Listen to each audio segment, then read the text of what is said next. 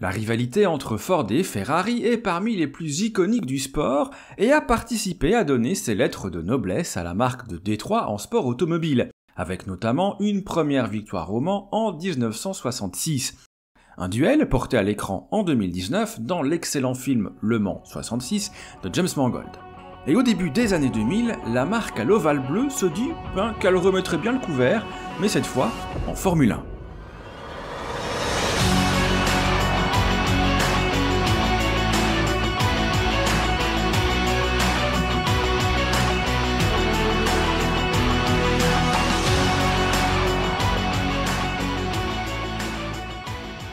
Et Ford en F1, c'est une longue histoire en tant que motoriste avec notamment le mythique Ford Cosworth DFV qui fera rugir ses cylindres de 1967 à 1983 sur les grilles de départ. Et durant cette période, la marque américaine va récolter 10 titres de champion du monde des constructeurs et 12 du côté des pilotes. Un 13e viendra s'ajouter par la suite en 1994 avec Michael Schumacher et Benetton. Donc Ford en F1 a ce qu'on peut appeler un joli palmarès, mais le géant ne s'est jamais engagé comme constructeur à part entière. Et même si la marque est présente en F1 depuis 1967 sans discontinuer, le titre de 1994, acquis par Schumacher, est le seul trophée récolté en 10 ans. Et avec la perte de Benetton, qui a préféré se tourner vers Renault pour la saison suivante, Ford se retrouve à jouer un petit peu les seconds rôles. Si bien qu'en janvier 1996, la marque annonce son implication dans le projet Stewart Grand Prix, co-dirigé par Paul et Jackie Stewart. Le triple champion du monde est une figure mythique des succès de Ford dans les années 60 et 70, si bien que cette association est des plus logiques en termes d'image. Mais pour vous la faire courte, on vous parlera plus longuement de l'aventure Stewart dans un prochain numéro. Les pontes de Ford s'impatientent rapidement devant les résultats qui tardent à venir et en juin 1999, le constructeur annonce prendre le contrôle total de Stewart à partir de la saison suivante. Quelques mois plus tard, Johnny Herbert offrira la victoire à son écurie lors d'un Grand Prix d'Europe resté dans les mémoires, une belle façon de clôturer l'aventure des voitures blanches au tartan. Et pour son arrivée en tant qu'écurie complète, Ford décide, comme lors de son association avec Stewart, de faire un joli coup de com', puisque c'est sous le nom de Jaguar, racheté en 1989, que la marque viendra se frotter à Ferrari. Parce que oui, l'ambition est de faire du félin britannique l'équivalent du cheval cabré italien et de faire déferler une vague verte sur le championnat. D'ailleurs, pour la petite anecdote, Jaguar, qui a un joli palmarès en sport auto, avec notamment 2 victoires aux 24 heures du Mans en 1989 et 1990, avait déjà participé à un Grand Prix de Formule 1 en 1950 à Monza. À l'époque, la marque avait installé un moteur XK dans une Ferrari 166 et avait abandonné sur problème moteur. Mais revenons à nos années 2000. Le 25 janvier, Jaguar lève le voile sur la R1 qui arbore une des plus belles livrées de l'histoire de la Formule 1 avec un verre British du plus bel effet. Sportivement, l'ambition est de se hisser dans le top 3 du championnat, objectif qui ne semble pas totalement irréaliste puisque Stewart avait terminé 4ème l'année précédente avec des moyens plus faibles. Sauf que cette saison 2000 sera un véritable chemin de croix pour l'écurie de Milton Keynes, avec comme seule éclaircie la 4ème place d'Eddie Irvine à Monaco. Autant dire que du côté de Détroit, les rugissements du début de saison ont vite fait place à des grognements de mécontentement. Et comme souvent dans ces cas-là, on fait table rase et on revoit l'organigramme de fond en comble. C'est ainsi que Niki Lauda arrive dans l'écurie pour épauler Bobby Rahal, dans une direction bicéphale à la répartition des rôles pas forcément claire et qui va provoquer quelques tensions. Côté technique, Steve Nichols est venu remplacer Gary Anderson en cours de saison 2000.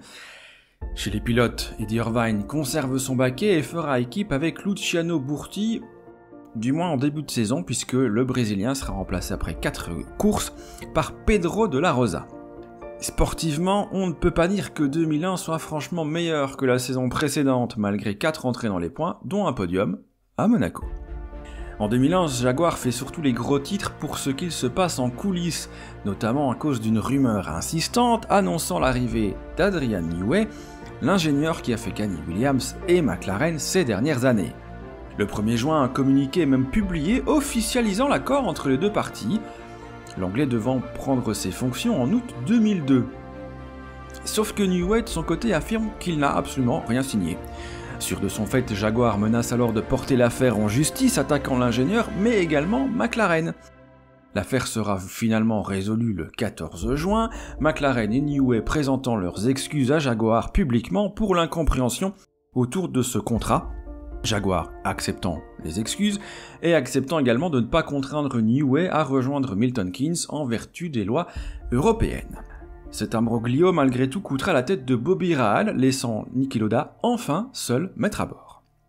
2002 doit donc marquer le véritable envol de Jaguar en Formule 1 après 2 saisons marquées par le manque de fiabilité et les guerres de pouvoir. Lors de la présentation de la R3, Lauda affirme qu'un nouvel esprit s'est emparé de l'écurie et que cette nouvelle monoplace est le fruit d'un véritable travail d'équipe, mais les sourires feront vite place aux grimaces lors des premiers essais. La R3 est en effet tout aussi ratée que ses devancières, suffisant pour faire sauter le directeur technique remplacé par Gunther Steiner en provenance du programme Ford en WRC. Lors du premier Grand Prix en Australie, Irvine et De La Rosa sont respectivement 19 et 20e sur la grille, la 4e place décrochée par l'Irlandais le lendemain n'étant qu'un écran de fumée dû au carambolage du premier tour. Encore une fois, au-delà d'un comportement hasardeux, la fiabilité était un réel problème avec pas moins de 17 abandons pour raisons mécaniques en 34 départs.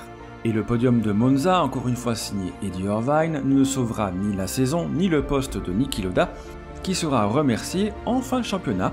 70 autres employés subiront le même sort, dont Gunther Steiner et les 2 pilotes titulaires. En 4 ans, Jaguar aura connu autant de team principal et 3 directeurs techniques. Mais cette saison 2003 semble enfin poser des bases saines pour l'avenir. La R4 est moins capricieuse que ses grandes sœurs et surtout plus fiable, avec 9 abandons sur problèmes mécaniques, dont 7 liés au moteur. Ce qui permet donc à l'écurie d'entrer à 7 reprises dans les points, dont 6 grâce à Mark Webber. Justin Wilson, remplaçant du décevant Pete Zonia en cours de saison, s'offrira lui un top 6 à Indianapolis. Mais la plus grande victoire de Jaguar en cette saison 2003 est cette sérénité qui semble se dégager de l'écurie et qui laisse entrevoir l'avenir sous de meilleurs jours, d'autant que Ford décide d'investir dans une nouvelle soufflerie. Oui, mais en 2004, Jaguar stagne et ne fait guère mieux que la saison précédente. Son seul moment de gloire interviendra à Monaco, encore, alors que la R5 fait la promotion du film Ocean 12. Un diamant de 300 000 $ est alors incrusté dans le museau des voitures. Un bijou qui disparaîtra dans l'accident de Christian Klein en course. Devant des résultats toujours décevants, des rumeurs commencent à circuler dans le paddock sur la possible vente de l'écurie. Vente qui sera officialisée au mois de novembre, Red Bull reprenant les commandes pour un euro symbolique. Et la suite, eh bien on la connaît, une direction quasiment inchangée depuis ses débuts avec Christian Horner, Helmut Marko et Adrian Newey, 7 titres du côté des pilotes, 6 pour les constructeurs, série en cours, pas mal pour une marque qui était alors vue comme un simple vendeur de canettes à ses débuts et qui deviendra en 2026 une véritable écurie motoriste avec le soutien de Ford.